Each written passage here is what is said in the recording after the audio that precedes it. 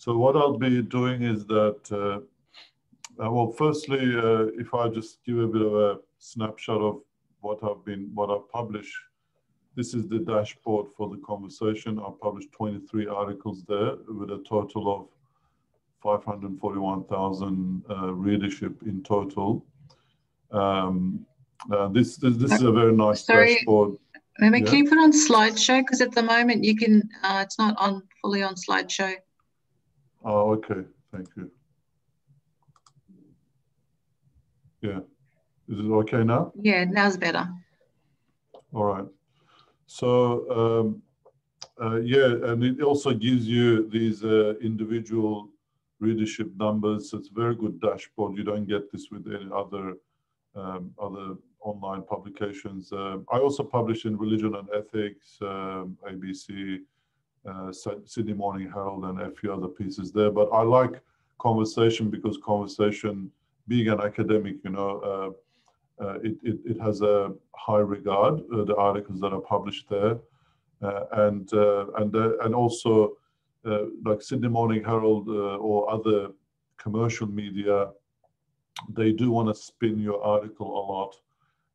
That they want a particular angle, and it's not nice always because you feel like you don't get full freedom. But with Conversation, it's really good in that sense.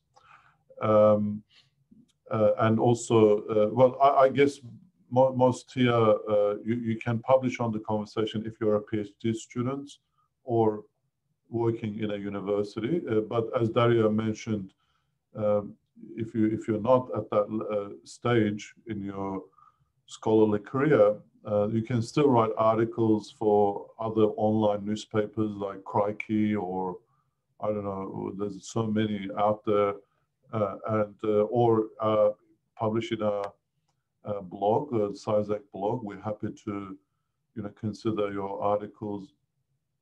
Yeah. So the purpose of this particular session is to discuss. I've got three parts to the session. One is why we should be writing. I guess you wouldn't be here if you're not interested. So I'm going to pass quickly from with that part. And the second part is mainly how to write. And that's split into two. One is where do you get the ideas from, and how do you develop ideas? And once you, the third part is once you have an idea, how do you go about writing a really engaging, good article? Okay, so let's go with that. So firstly, why write for mainstream idea? It's an opportunity to say something that we're passionate about. That's always, you know, when you're learned, when you're studying, there's always things you're passionate about that you'd like to write on. So that gives us an opportunity to do that. People are more prepared to listen and respect the views of academics and qualified writers. Just like even if you say, I am a graduate of Master of Islamic Studies or Bachelor of Islamic Studies or something, people are just going to take you more seriously. If you write, they will feel you're qualified. And if you're working in a university or academic or doing PhD, they're going to respect, because they're going to feel that you have knowledge, and also you're going to make sense. You're going to have evidence when you write. Another reason why we write is disseminating your research and knowledge to a wider audience. Like when we write academically, we also publish in academic journals. Like at the moment, I have about 120 academic citations. That's pretty good, you know, like in 10 years or so. But it's only 120 citations. These citations are, I guess, when they reference you in their article, so it's very prestigious, nevertheless. But only academics read those type of articles, whereas the people, when you saw like 500,000 readership on Conversation, it's huge, and then you can only have that kind of readership if you write articles that are short, concise, easy to read, and And we should definitely use the online medium to do that. Another reason that would be to influence people's public debate, how people view and understand things. Like knowledge is a currency, you know, of ideas. So if you hold that currency, you know, you need to share that with the world and influence people's thinking and the world out there. It really gives agency, and you can do something about. And the online access to knowledge is far more easy. It's free, it's quick. You don't have to buy books. You don't have to download things. You just Google and it just comes up. It's great. Another great thing that comes out of this is that when you write online, you get invitations to write by others, speaking like TV and radio. I've got those over the years as well. Now, just one thing that, in terms of writing benefits to you personally, you know, like other than the dissemination of ideas, you really improve your writing style. You know, when you're only given 800 words, you know, 1,000 words, very short. Like we are used to writing, you know, 10,000 words, 6,000 words, and then when you say you only have 800, it says, oh my God, is it only 800? So it really challenges you. I had to definitely learn how to write that concise without necessarily losing ideas. I'm going to cover that, inshallah. So one key way to do that is to write precisely. So without beating around the bush, without getting distracted, without convoluting ideas, just write, this is the idea, this is the evidence, precisely. It just gives so much clarity to what you do. It comes back and benefits your academic writing as well. Your academic writing becomes more easy to read because of that experience that comes in. And you usually work with editors. It's a different thing. It's very useful, and I've certainly benefited, you know, working with editors of this conversation and others. I think the Scott Stevens from ABC Religion and Ethics that will be doing that workshop will be really useful as well. He'll give you the editor's perspective. I recently had that minefield discussion with him and Walid Ali. They also do ABC. They have a program on ABC called The Minefield. And they wanted to talk about fasting. I said, yeah, what do you want to know? Why Muslims fast, this, that? He goes, no, I want something deeper. And it ended up being one of the best sessions on fasting that I have done. So that was as a result of working with him. It helps develop a good public friendly style. And this attention of attaining skill of grabbing attention immediately, like this is very important in writing for online. That first sentence, you know, the first couple of sentences, I will give example of that. And when you get that skill, you can use that everywhere, and you can use it in speaking. If you're given, like just this morning, I did a talk about Imam Shafi to a school in Newington College for 1 hour that they're doing studies of religion. The computer didn't work. Like I had a whole PowerPoint, it didn't work. So I had to speak from my head. And it was these kind of skills that really helped me get out of that. And like, how do you talk about Imam Shafi to 50 non-Muslims, Year 12 students, you know? So, thankfully, I did that, and it was really engaging, and they were happy. I think it's all these kind of experiences come to help in that respect.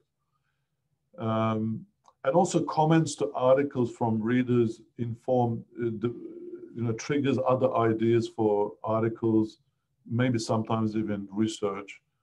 It's really useful. Okay, so the key idea from this first section of this session is that we should see writing for public an essential part of being a scholar, academic or a learned person. It's not. I don't think we can say, oh, I just want to publish, articles in journals, write my book, which I work on it for 3 years, and then 2 years to get it published. So 5 years I do a book. It's great, but in this day and age, believe me, even writing a book, you gotta have an audio book, and you gotta have it on, electronic version so that people can purchase it on their Kindle. If you don't have that, it gets forgotten very easily.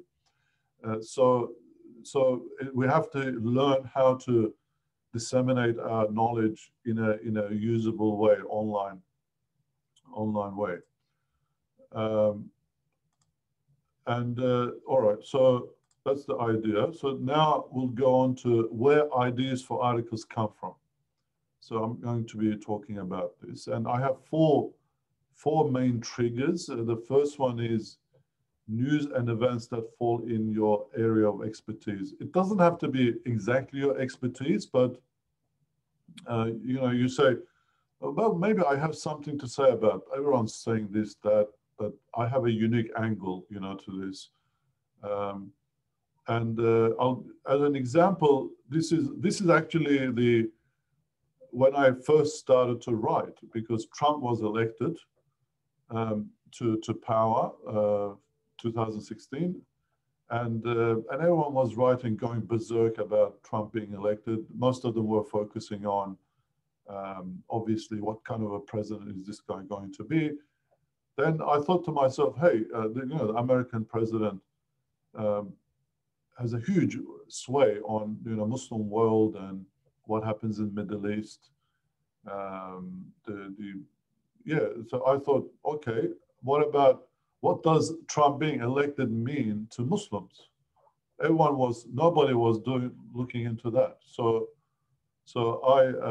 I came up with this idea, and I sort of pitched it to conversation. They accepted it. They're like, hey, that's an original angle. Why don't you write something about it? I wrote it, and it was really great. It had 6,000 readership, and I was over the moon. I just want to say something that prior to that, I did make other ideas. I put forward other ideas. They were rejected. I just kept persistent. I just wanted to catch that right moment, right idea. Please don't be discouraged if you get rejected. It's very discouraging, by the way. Like when I got rejected first time for academic journals, it was I felt like giving up writing, completely. And when I, pitched, I think a couple of articles to Conversation, they rejected. I felt terrible, but I knew that, if I kept persistent, I'll get there eventually. So, and now 5 years down the track, I've got 23 articles published. Yeah, so this is an example of like something happens and you have something to say that no one else is saying. It's a very good idea to do that. Another example is this. The coronavirus happened. Everybody was obviously lockdowns were happening, and like in March. And I thought, again, okay, I can talk about the Muslim angle to this global problem, because there are 1.6 billion Muslims in the world. I wrote the article 2nd of April, so I would have started that a week ago. So basically a week after the lockdown, I thought of the idea, I pitched it, they accepted, so I wrote the article and it was published 2nd of April. And this, by the way, this article is the most read article from like usually you'd get like 5,000, 6,000. So it's good if you get 20,000 or something.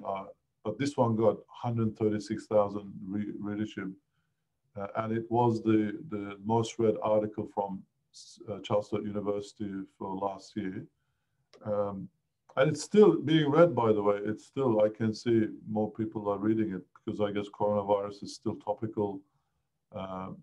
Yeah, look at like Facebook, 6.6 thousand shares on Facebook. So a lot of shares. Okay, so that's the first type of trigger, like something happens. Just to give you an example of, for example, this Palestine and Israel conflict, right? I actually had 3 ideas on that, but and I was really conflicted about writing, and I had marking to do, those Eid. This is the sometimes challenge. I've got ideas, but I don't have time to write it. So, and then I'll just show you the 3 ideas that I had, but I didn't write about it. The first one is like, you remember the conflict started in Masjid al-Aqsa. Immediately, I can write an explainer on why is Masjid al-Aqsa so important for Muslims. And I think this would have got published definitely if I sort of pitched the idea. But very quickly, the conflict moved away from Masjid al-Aqsa to Gaza. And the second thing came to my mind, you know, everyone was just reacting very emotionally to the conflict. That I thought to myself, like, why is this happening now? Why did Israel decide to escalate? Because it's really up to Israel to escalate or not, a problem. So if they escalated, there must be a reason. And then I thought to myself, well, the main reason could be that Biden has just got elected, and Biden is like tentative about these things, the conflict. Maybe this is to educate Biden. And I really started analyzing that further, and I was convinced that was one of the main reasons. So I could have written an analytic article that would analyze, like it would have been a bit more political. It wouldn't be like, you know, the Islamic studies. I guess when we say Islamic studies, I'm also like to think myself as a historian, so I analyze things from a historical perspective. So that's my the key angle of analyzing what happens today. I look at it as these are historical things that needs to be analyzed from what happened in the past, what's happening now, and what could happen in the future. So that's usually my style in approaching these things, especially, you know, my articles about Syria on this line. So you always have to have this like original take, you know, in these things. So like, why should people publish your article? You know, if you don't add any value, if there's nothing original there, no one's going to publish it. They're not going to be interested. So this was I thought was an original take I could make, but it would have been I mean, apart from the time issue, you know, you could get in trouble, you know, if you start writing about Israel. I'm not afraid of that, but that wasn't I would have gone for the first one because I had 3 ideas. I would have picked the first one. The other one, the third idea is, why is the Muslim world so sensitive to suffering of Palestinians but not Uyghurs? So, or Rohingyas, you know. This has come up throughout this conflict, and it's a very good article to write about. Even now, we could, but maybe not now, but I would say about a month later, you know, I could give it a go. Actually, we discussed it last night in a modern history subject, and I got very good ideas from the students on this point. It's actually worth writing an article, and yeah, I might take that up, inshallah, in about a month's time if I get a chance. So you can see, you know, an event happens, then from that we can get 3 really good ideas, and if I wrote any of them, or I could have just went to, you know, conversation. I've got these 3 ideas. Which one do you want? You know, they would, because they know they have other articles coming in, what's published, what's not, they would say, oh yeah, that really looks interesting. Why don't you write on that? By the way, like I've published 23, but there were cases where I didn't pitch, like this one where I had ideas, but I didn't put it forward to because I was busy. I also put ideas forward and they accepted and I couldn't write it. Like there were, I think, 2-3 times it happened that way. And you know, I couldn't do it. So it's like, I guess those are failures that, you know, I'm saying that because like if you fail, or when I say fail, like if it's not perfect, you know, you don't have time, don't worry about it. Next time, maybe you will. Sometimes you put ideas, you can't meet the deadlines. They don't publish it after that. So these kind of things should not deter you to continue writing. All right, so that's the first one. The second one is ongoing area of public interest. Like there are certain things that are always interesting. And if you write about that, you know, it'll actually be really good because some news and current affairs, they come and go, but these ongoing public interests are always there. So an example of that is my articles on Syria.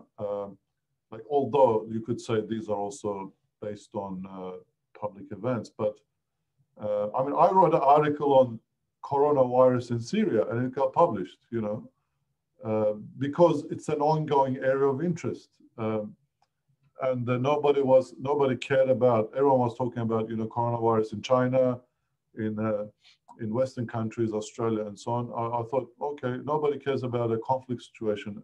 How does coronavirus play out in that area? So I wrote an article, it got published. So I probably wrote, I don't know, 12 articles, you know, on Syria. So like picking an area for yourself, and over time, I'm now a bit of a known Syrian expert. I get contacted by international media, other outlets. They ask me to write articles on Syria, but I simply can't meet all of them. Of course, have to decline. So it's really good, this aspect. So the third one is completed research. Like this could be, let's say you've written an ISL 599 research, which is a bit original. You can publish that, convert that into a digital article or op-ed, or you've done your PhD, or you did academic research. So you can publish part of those or a summary of those. Like for example, this is an article that Daria and I published on her second report, the Islamophobia report. Look, it's got 2,000 shares on Facebook, and it was another great article. But this was purely based on research, so it wasn't about current affairs or anything like that. I wrote another one on Islamophobia on the first article as well. And these kind of things really stay for a long time because they're based on research, and people will use these articles as citations as well. So that's the third type of articles you can write. The last one is you're receiving a request to write. As I said, once you publish a few, you know, you will get requests. Even like if you publish on SciSec research blog 2-3 articles and they're good, I'm sure Daria is going to ask you again, you know, can you write one on this issue? Maybe I'll ask you. Or, you know, when you publish it for the mainstream media, you get even conversation sometimes says, look, Mehmet, can you write on this? You know, I get requests like that. And one of those examples is this Iranian revolution. I've never written on Iranian revolution before. So they asked me, they said, and this was 2018, the 40th, you know, anniversary of the Iranian revolution. They wanted a special article on that. I accepted it, like even though I'm not a full expert on Iranian Revolution, but it was enough. I had enough background knowledge to write something, and then obviously all these things require additional research as well. You can't just write it off the cuff. I'll explain to you how I write as well. But this article also is probably the third most read article that I've ever published. And I got requests from other media, like online providers. They converted this article to some educational, resources and other material. They asked me for permission. I think 3 or 4 places are. So it was very beneficial, this article. I guess Iranian Revolution was a major event in world modern history, in the Muslim world, and as well as in the world. So an article like this was really appreciated. Okay.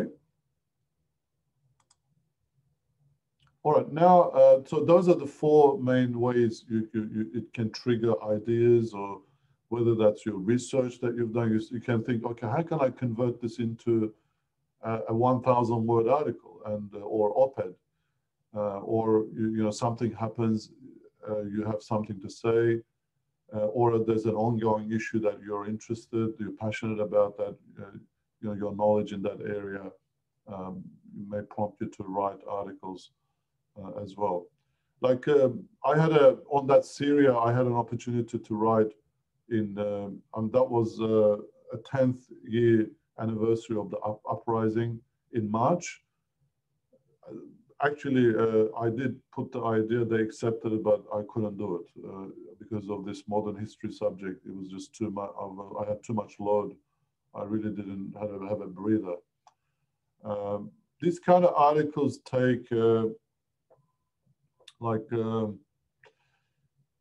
at least half a day, I would say. It takes at least half a day, or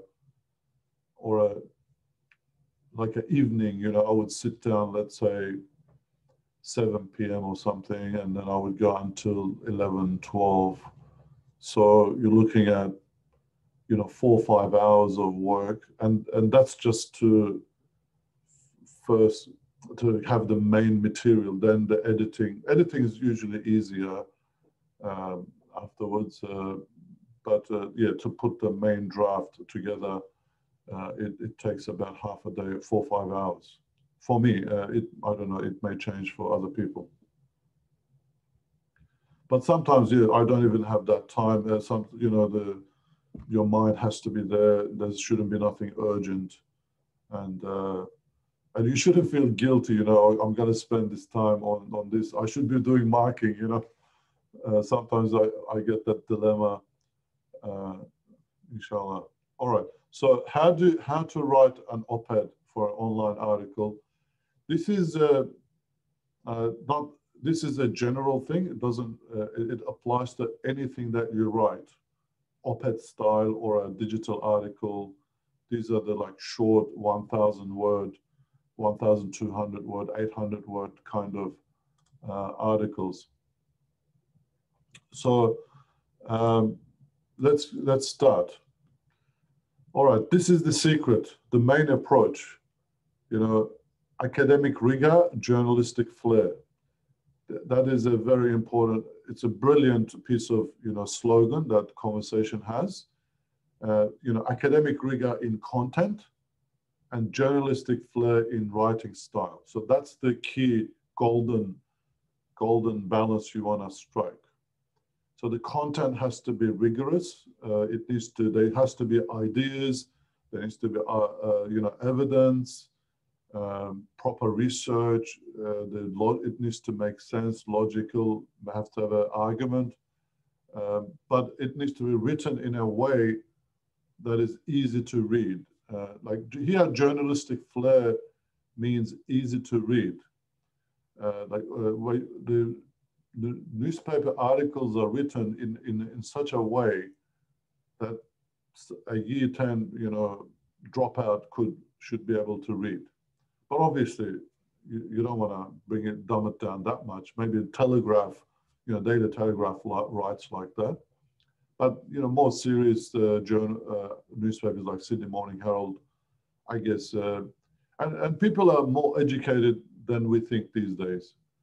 But it shouldn't be like complex sentences and like abstract language, and so these are the things that really bore people. They get easily distracted when they're reading something. So capturing people's attention is very important in online writing.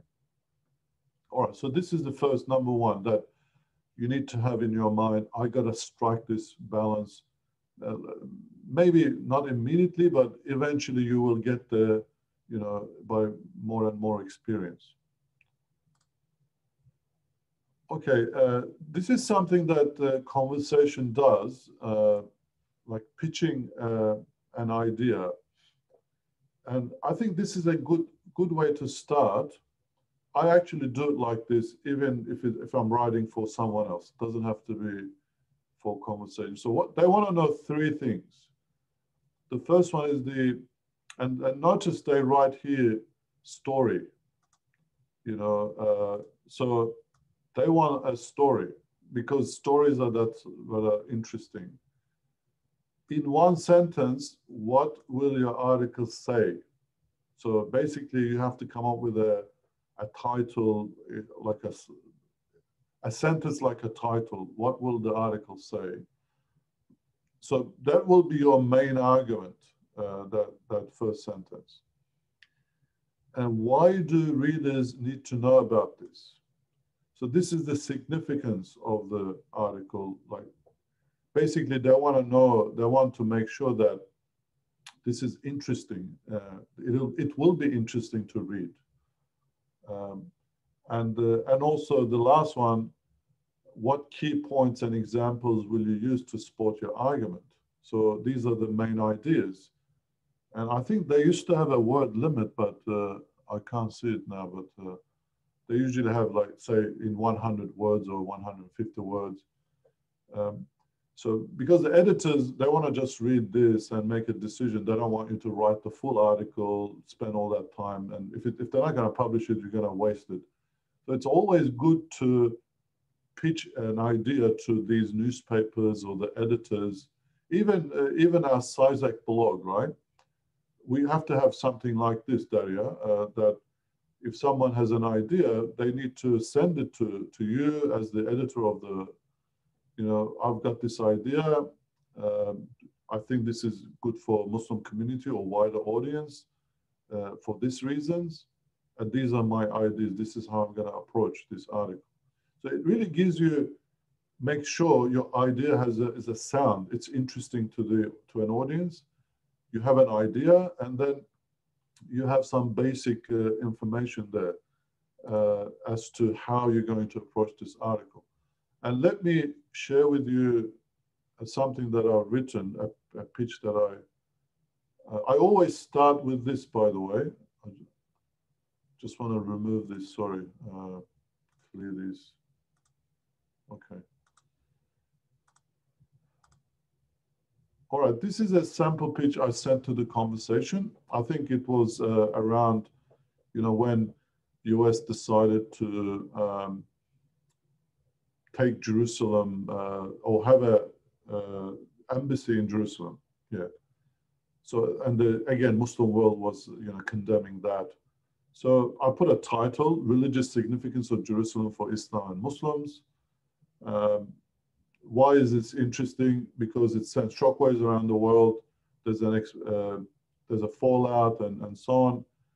And then in this last paragraph, I give how I'm going to approach this article. And basically, it is these aspects rather than politics that makes Jerusalem important to Muslims. So I wanted to highlight the religious significance of Jerusalem that was behind the politics. I'm not sure what happened with this one. I think it didn't get accepted, or was it accepted and I didn't end up writing it. I don't know. I forgot. But usually, if they accept the idea, I take this as the first beginning.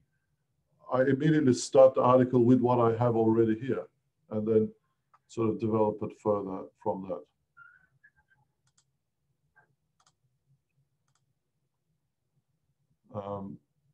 Okay.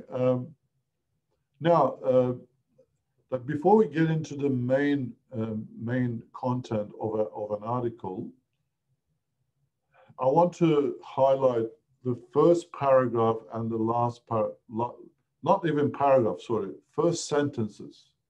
Because if you think like paragraph, we're used to writing 200-word paragraphs.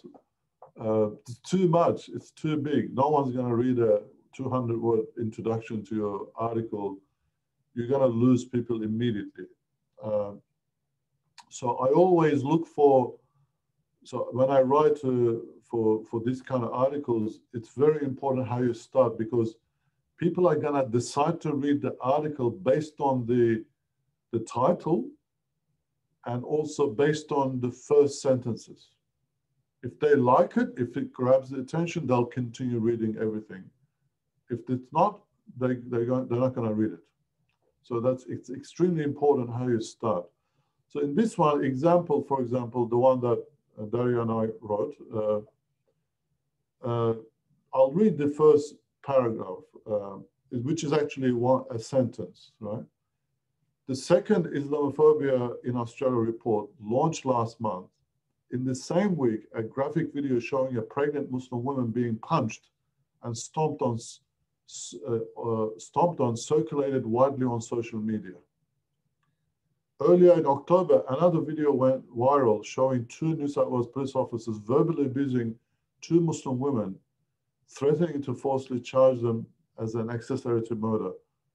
Are you interested? Like, I guess, you know, this is saying, oh my God, yeah, I saw that video. You know, you might say to yourself, because it was on news. Police officers, you know, two women, there's a report, I got to read this, you know. So, so immediately you know what this article is about. It's about a report, the findings of the report, and the title here, like Islamophobic attacks mostly happen in public. That's what one of the key conclusions of this report was. Like, the report was, Daria, how long was it? 176 pages or something? You know, you could really sum it up into this sentence: Islamophobic attacks mostly happen in public. I mean, I'm sure that there were other findings, but you just want to put something in the title, in the first sentence and the beginning to grab the interest of the audience. You will see, if you check all my articles, there's something like that. And what I do is I start with this one first, but I would then later come and edit it. I'll show you how I do that as well. Okay, the second one is that how do you end? Obviously, like it needs to be like, we don't want to have a conclusion again, another 200-word conclusion. Like if you have 200-word introduction, 200-word conclusion, you got 400 words already chewed up, and you only have 800 or 1,000 words to write. You know, what are you going to write in 400 words or 500 words in the middle? So there's not much left, right?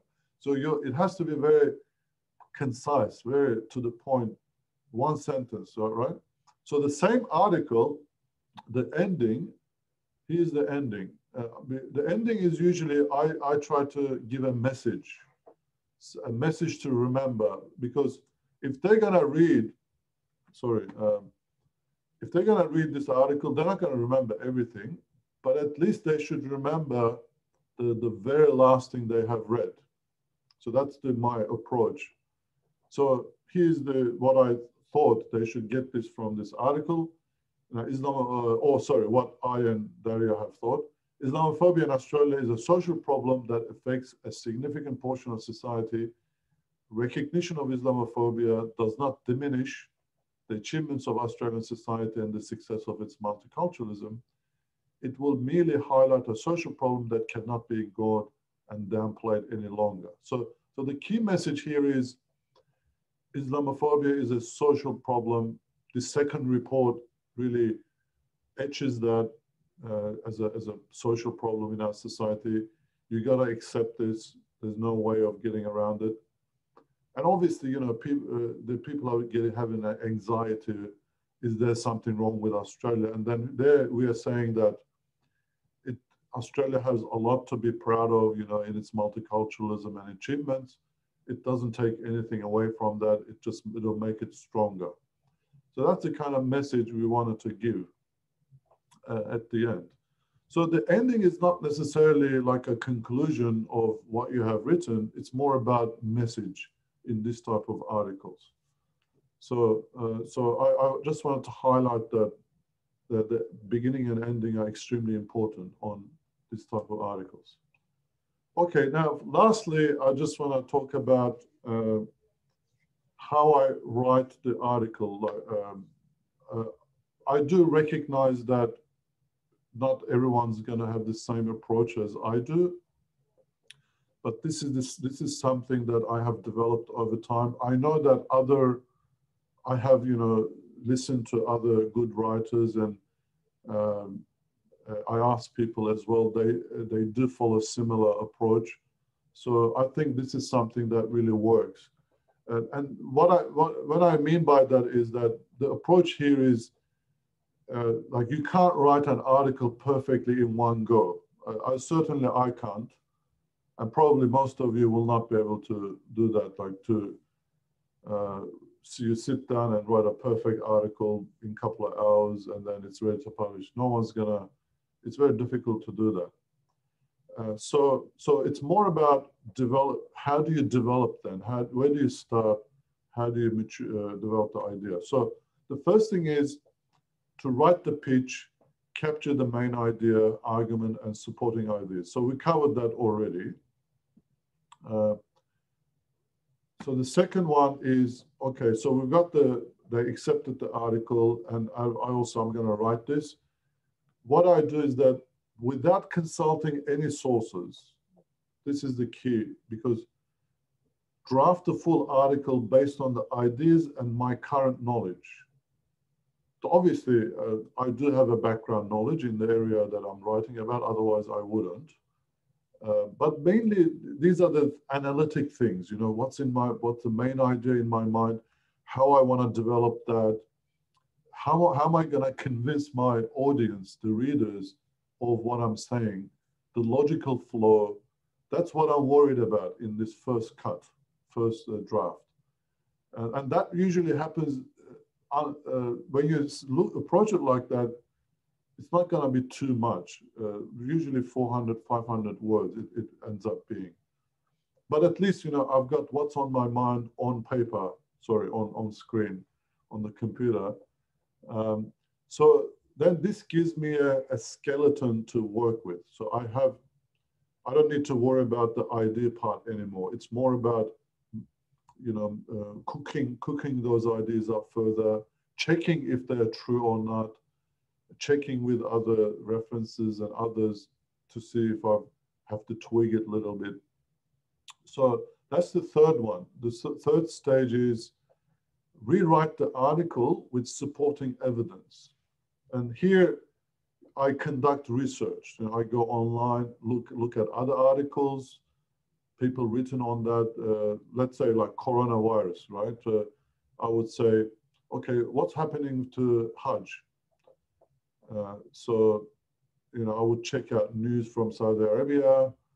I would read other articles if anyone's written on that, Hajj and coronavirus. What is Saudi Arabia? And basically then, whatever I take from that, I build those ideas up that I already had. And then I reference it, of course, you know. So this, usually in this step, the article swells to around 2,000 plus words. I think at one stage I got up another one was 3,000 words. I think the Iranian Revolution one was 3,000 words because there was so much about that. So now what happened is that, so I've got main logical, like the main ideas there in the first one. Main idea and supporting ideas are there. In the second one, they all put together in a nice flow, in a convincing way, and then the ideas are further developed and supported with what I already know. And then the third one, now I've done the research, I've backed up, I provided additional evidence to support these ideas.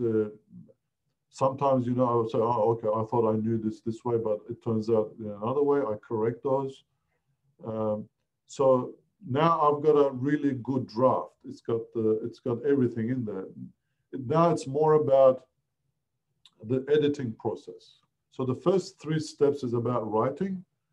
The next two steps will be about editing. All right, so next what I do is the first edit of the article, and the focus here is to make it as concise as possible. Because I've got, you know, 2,000 plus words, I got to reduce that to around 1,000. So this is the sometimes painful part where I got to delete some paragraphs, and I realize, hey, this paragraph is good, but I got to cut something out, and it's got to go. So I delete a paragraph here, and a sentences, sometimes delete sentences, sometimes shorten sentences, yeah. So what the benefit of this 4th step is that it becomes more dense, rigorous. That's what they're looking for. That academic rigor really comes out in this 4th phase. Because I don't want to lose any of the ideas. I don't want to lose any of the supporting evidence, but I want to reduce the words. So that makes it really compact, and eventually you get there. And one of the most painful but pleasurable, you know, part of the whole thing, like when you see the final product, you say, hey, that's really good. I've maintained 90% of my ideas, but I really reduced it and really reads well, you know. And I think it's that part, this 4th part really adds that quality, you know, to the whole article. And to be honest, you know, when I read even like PhD chapters, now when I read it, I immediately see a lot of things that could be deleted. It's just become second nature. So what that means is that people are not going through this 4th step as rigorously as they could. But believe me, it is this part that adds that sharpness and the quality to the whole thing, and it will really make your article, it'll be a little bit intense, but because it's short, people will like reading it. So there's an academic flair part, right? That's the last part. So basically, that's the final edit where we call it like crafting edit, where we fix sentences. We look at I look at the grammar of sentences. Sometimes review the word choices. Is this word the right word? Verb, like should it be contend or should it be assert? You know, it's, I really, actually, every word that's there, I go through it. And because I've, you know, you've got the whole thing, ideas, the content, evidence, and it's also made very concise. So you don't need to worry about the full article anymore. It's more about fine tuning, crafting. So it's a bit like, you know, when you do a painting and now you go and fix the details of the painting. So the sentences, the word choices, sometimes even adverbs, you know, should it be importantly, should it be significantly, you know. So these kind of things are very important because they really help the flow, enhance the meaning, and you know, adds that readability to the article. So this is basically how I write. So in like basically, that's why I call it 5. You know, whenever people ask me, I say everything I write it 5 times. So the first time, the ideas are put together, and that's usually like bullet point form. And then the second one is drafting the first article. So without going and consulting any of the like sources, I need to put this together in my mind, or from in my mind, from my mind onto the screen. The benefit of this is that sometimes, you know, if you find yourself, oh my God, I get lost in these sources. I read this, I think this way, I read that, I think that way. That's because you haven't done that second part. So you really have to do the second part. And then you should go out there and say, okay, what is everyone else is saying? But obviously, I'm assuming that you have background knowledge. If you don't, you have to read, of course. Yeah, and then, but then you go to the evidence, you go to sources, and that, you know, adds that content, and we edit the content, reduce the word count, and then finally fix the style. So I hope that was good for you. I'm happy to discuss further, you know, respond to your questions, inshallah. Thank you very much. I think we will have some questions to you. But before that, maybe can I ask, you know, actual, for example, your editing, let's say from second draft to third, or from third draft to fifth, or, you know, fourth to fifth, just to see, you know, what kind of changes you do. For example, as you said, instead of using importantly, you change it to significantly, or how to shorten sentences or things, you know, do you have anything with track changes to share with us, maybe just to... Yeah, I actually intended to prepare that. I was going to do it for the one of the articles I intended to write before this session today. I was going to, like, have all those 5 versions ready for you to show you, but unfortunately I couldn't do it. I couldn't end up writing that article, so I don't have it as you requested. But just to show you maybe what I have. So if I just share my screen again. So this is so I've got all my, like, op-eds are here. Like, for example, some of the pitches are here, like, and then I've got some unpublished. These are the articles I started, but then end up not publishing. So these are all gone to waste, not waste. You can see how much, you know, not as unpublished. Or maybe we can go. So this is an example of, I think this one was this communication and pass between Australian government and authorities and the Muslim community leaders. It's sort of remained at the pitching level. So I put down my ideas, but I did not develop this any further. So as you can see, it's very short because of that. So it's almost 300 words. Talked about this. I think this Israel-Palestinian conflict.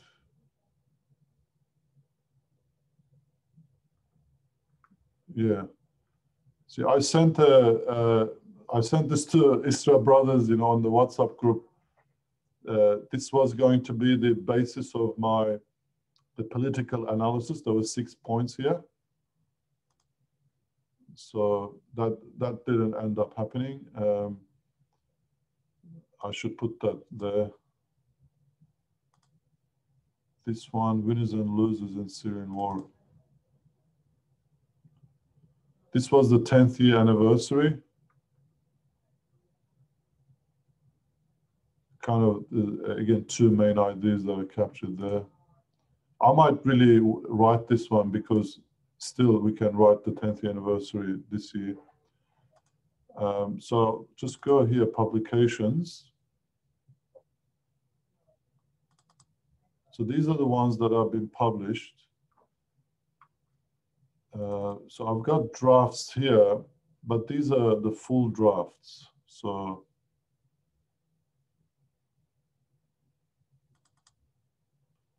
yeah, unfortunately, I don't have, Daria, the things that where I would edit.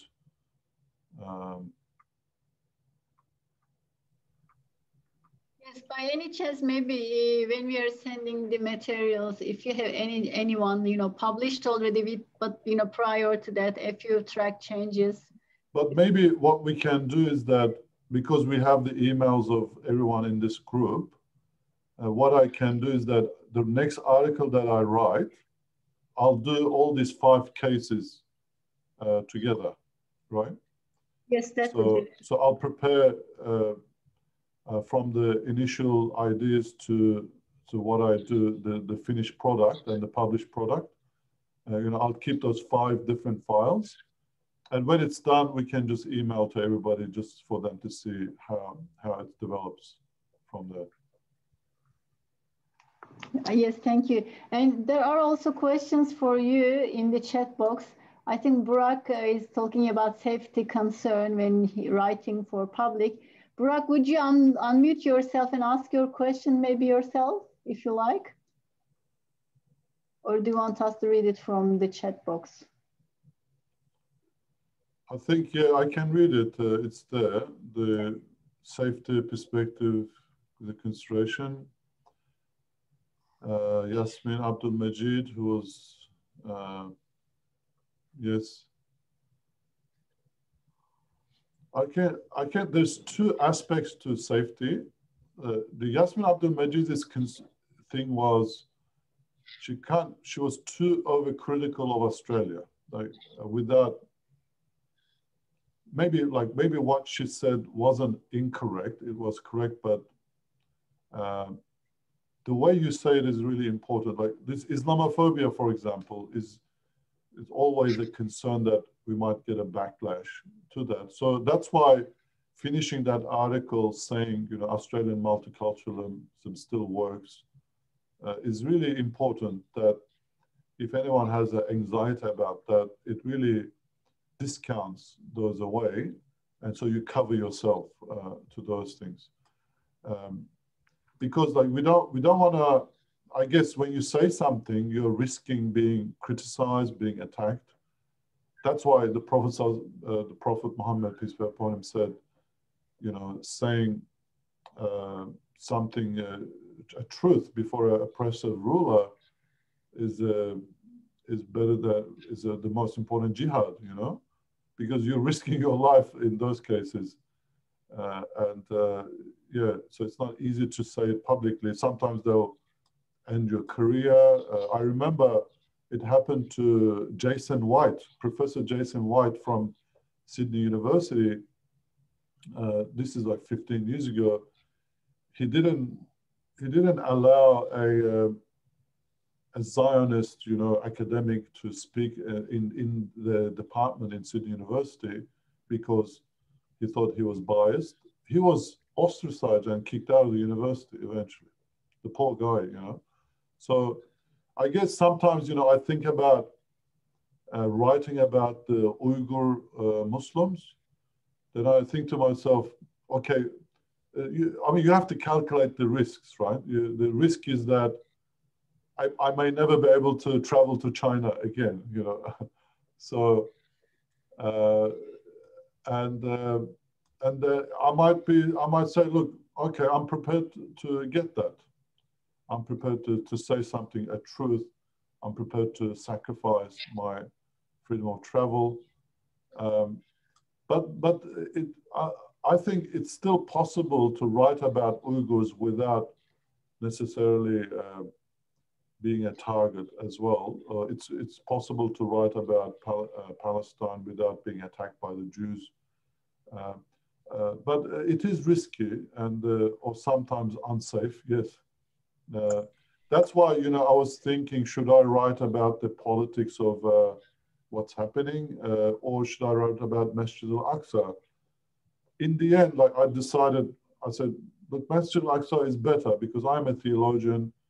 I can highlight the importance, and this is what Muslims are most sensitive about anyway. You can't fix everything in one article. And so what if people know about the motives of Netanyahu and so on? What will that change? Probably nothing. So, but Masjid al-Aqsa, at least we're informing people about Islam. So in the end, it's not only it's not about safety, it's also about longevity of your own career and also what you have to say. So yeah, we have to be careful, but we have to be careful in selecting the topic and also having the right angle. And also when you write, you need to make sure you're not really offending people. You know, you're not pressing on their nerves. The main thing is for you to, you know, make arguments, make sense and justify it with evidence. And if you do that, even if people disagree with you, they'll appreciate, you know, what you have to say. I guess part of that as well, the question is just to find out about your experiences as writers. If you've had any concerns. I think Dario mentioned there was an article recently about mosque attacks, which attracted the attention of far-right extremist groups. So anything like that which has occurred, like in your experiences and how you sort of dealt with those situations, just want to find out about that as well. Mosque attacks in Australia? That was my experience. We were just chatting while you were presenting, and I think Burak is asking your own experience as an author writing for public. Did you get any backlash for your op-eds? Oh, okay. Look, people, I'll tell you this, since 9/11, I got threats. Like the first talk I have ever done was 3 weeks after 9/11 in a church.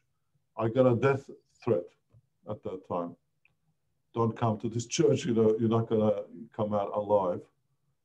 And at the time I said, I don't care if I die talking about, you know, religion, I'll be martyr, I'll be shaheed, you know. So all welcome.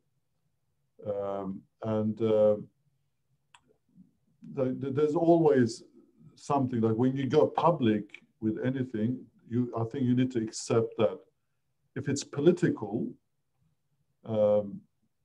sometimes even if it's religious, people may disagree with you. As long as you do your job right and you can stand behind what you write, and that's you need to test how I got my idea correct, are my sources good. So if someone criticizes me in this one, can I defend myself? So as long as you do, that's what I do anyway, and then you'll be all right, you know. I wrote about after the Christchurch incident. I wrote an article on ABC Religion Ethics, like what's behind it. The comments to that was pretty harsh, and they took down the article actually, but the reason why they took it down was there was a court order, which I found out later, that they didn't want the person named to have a fair trial, and my article named him, and they now reinstated the article because the court case is finished. I think as long as you do, I think you will get it for sure. But as long as you can defend yourself, and sometimes, let's say I write an article on Syria, right?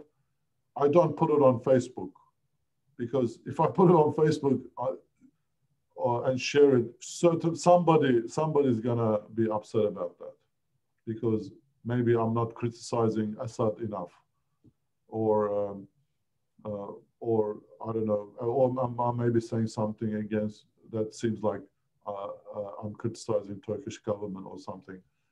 You know, those kind of things. Why put myself unnecessarily to that by sharing it widely? So I don't share those type of articles. But the coronavirus one, I shared it. So it was about expressing Muslims. So it also depends where you send these articles is also important. Can I also say something, especially because the audience is our Islamic studies students? I remember a few articles like, sexuality in Islam, FGM, things like that, they have really Islamic studies that require Islamic studies knowledge to be able to write. They're not necessarily socio-political and contemporary, but still, grabbing the attention. And you remember, Mehmet, in the ABC journalist Iftar, they were interested in halal dating, for example. What is halal dating? All these things sometimes, all these people have interest to find out more. And Islam is a religion to be explored and, many concepts to be fixed and kind of rewritten by the experts. So I think we should also consider writing about the, Islamic concepts that are always, I think, attracting attention. And maybe we should have a process, Daria, that at least for the CISAC blog, an editorial process where I guess the ideas are pitched and once it's accepted, then an editor is assigned. I think working with editors is important in this respect because they can sort of say, hey, this one is not supported well. What do you mean by this? Are you sure you want to cover this? We get that, by the way, with the conversation. When you finish your article, you put it on that desktop, and then the editor looks at it and they comment on it. They sometimes edit it themselves as well, but they also comment. They say, Mehmet, this is not clear, or are you sure this is right? Can you clarify this further, or can you provide evidence for this? Anything, if there's anything I missed. That's why I love working with conversation, that when you know that there's an editor who will check what you write, and because they haven't written the article, they're not going to be as sensitive as you are, and they can look at it a bit more objectively to the content. So that really helps. I think we should definitely do that because, I agree that there's a risk, anything you put out, and if there's a mistake or maybe you missed something really important, it'll come back. Someone may criticize you. Conversation doesn't pay articles. Conversation is not a commercial sort of a newspaper or news outlet. It's established by a number of universities coming together, but now it's sort of, it has in United States, UK, Canada, it's spread across the world because it's a very good model where only academics write. So in this information noise out there, having the academics are really trusted people more than anyone else, like the fake news. So the academic conversation, they don't make profits, but obviously they have editors and people who work there. They have donations. The universities pay them something, I think, sponsor them. I get donation things every year. Yeah, so the academics do it for free, but they also get a public, profile there through a conversation. So it works both ways. In regards to your previous comment about, assigning an editor to the pitches that students are introducing to us, yes, that's possible, and we can have this for the brand new ideas, but also we have already written HD essays, papers, and I think that can be still informative because the profile of our website is to also, yes, trendy and really contemporary issues, right? But in the meantime, if it's an outlet for people to be, to visited by people, common people to learn and explore more, so then I think these essays written for certain subjects and, received HD by also markers, comments, I think that can be somehow shortened in the way you describe, and then, crafted the language and introduction and conclusion as well, in a way that it is an informative piece of writing for public as well. So we have maybe two aims here: to inform public, yes, but also find really interesting topics where we have also have some ideas, in which we have ideas or some knowledge to improve and maybe pitch to media outlet as well.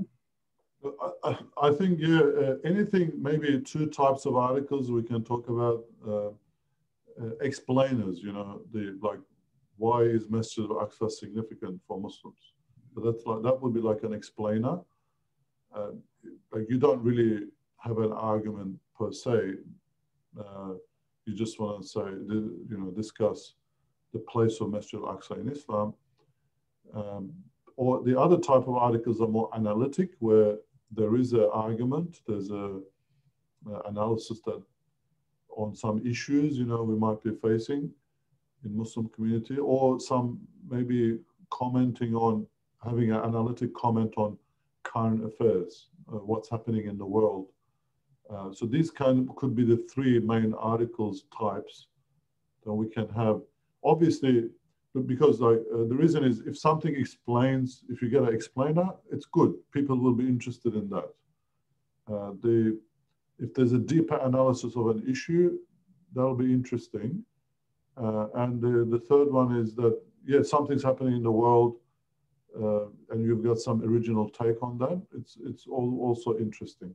But obviously, we don't want, the SciSec blog is not a newspaper, so we look for like the articles that will be relevant for a long time. So that would be, and I'm happy to be one of those editors, as in, I'm happy to look at the final finished product, that 1,000 word version, after you go that 5 steps, it's ready, and then you finish, and then we can look at it and then comment here and there. And like 1,000 word is very easy, very quick to read and comment. So I'm happy to be involved in that area. Just to give an example, for example, Jacqueline Perry, just long time ago, maybe 3 years ago, she wrote an essay about FGM. But in a way she did was like, acknowledging the cultural aspect and the, mazhab views on this, and also some hadith on this topic. So bringing all of them together, but also making an argument, very clear, concise. To me, it is very informative for everyone. So if you turn this into a digital article for public read, so I think it will be very clear in Muslims' mind as well, because there are, arguments internally as well. So if you are knowledgeable on something as a result of your study here, you can always claim that, I know this area, I know what to say, I have already resources, I did the research. Why not writing an article for public read and then informing public by research? Yes. That's right, yeah. I hope we can do it. And again, take SciSec as a training field for you, to be able, once you graduate and do more, so you can do it, take here, I think, as a training field. Mehmet is readily available, offering his help, and you're here to help as well. But again, like when I said help, if you send me a 3,000 article and say, what do you think? I can't comment on that, because that'll take too much. It's uncooked, unprepared. I need to see that final product. Yes. Thank you. Is there any question? We have about 9 minutes. If you have any question about anything. Yes. I think I would be highly interested, as you said, maybe once you submit a paper, the editing of the editor as well, it is coming with, addition, track changes. So you try to, pick up their mind, what they want, what kind of sentence structure you need, how to introduce, data and everything. It will be good to see it. All right, if there is no questions so far, maybe do you have any questions to our audience? Maybe we should ask you. Well, I don't have any questions. Just I hope that some of you take this step to write. It's always really good. It does add some, extra time.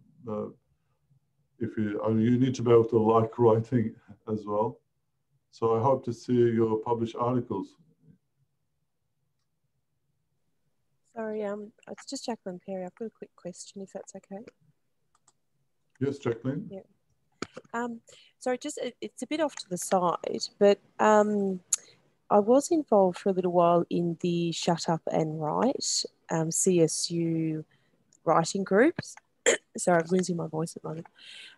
Is there any opportunity to set up some sort of writing groups within ISRA for academic writing? Maybe to sort of pitch writing ideas and get some feedback, like in real time, and that maybe so critical, constructive feedback. And I guess also, like as Dr. Derry was saying, she's talking about an article which, believe it or not, I'm actually working on. It's been a while, but I'm in the process of actually working on it right now.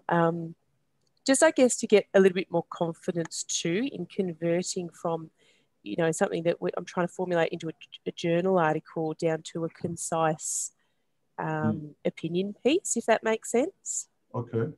That's a great idea. Maybe Daria, that could be a third, workshop. I think if there is at least 6 people interested in that, I'm happy to be involved, but it has to be minimum 6, where, 6 as in you already pitch your article, a good idea, and it's also already accepted. And then you come to a session, maybe of like a one-day kind of a workshop where you come together and with your idea already, accepted, and then you go and write it. And then we look at maybe every hour or so, look at what you've got. And by the end of the day, you would actually finish an article and it's ready to be published. That would be a fantastic workshop. Yeah, correct. Or even maybe something separate for journal articles too, but something you've actually already worked on, not obviously just coming to have a chat, but actually to get some work done. Yeah. Really good idea. Another option can be, let's say, every first Thursday of the first month. So like, we have like lunchtime and everyone is tuned to come join online, right? And if they have already any production, a few of us would be available to just see and give feedback, and some of others are writing in the meantime. So something very fixed, but also, yes, and then people also are motivated to write and also introduce their product as well. I just, because I found it quite good as well, because when you get like a small group of people who are really working at things, you have a bit of, what do you say, you feel like guilty for the next session you haven't achieved sort of those things that you said you were going to achieve. So it keeps that sort of motivation going as well. Mm-hmm. Yeah, that's a really good idea. Let us cook the idea, and if you have any suggestion, everyone, because we would do it with this group, I think. If you have any other suggestions, just let us know. We can try our best. Thank you, Jacqueline. Okay, maybe I should just share my screen and show you. If you go to the ThinkSpace, our SciSec page, you will see guidelines for authors, and we have these writing guidelines, frequently asked questions, who can publish, what can I submit for publication, what categories do I need to include a bio. But we will add also today's recording and the PowerPoint, and once 5 stages of writing is available, we will also upload it. So this page and the last tab in this page is for training our contributors, potential authors. So you will see that this page is developing. And again, the idea is to really train our highly articulate students who are getting most of the time HDs from their research, shows the capacity, and we want to really build up upon this.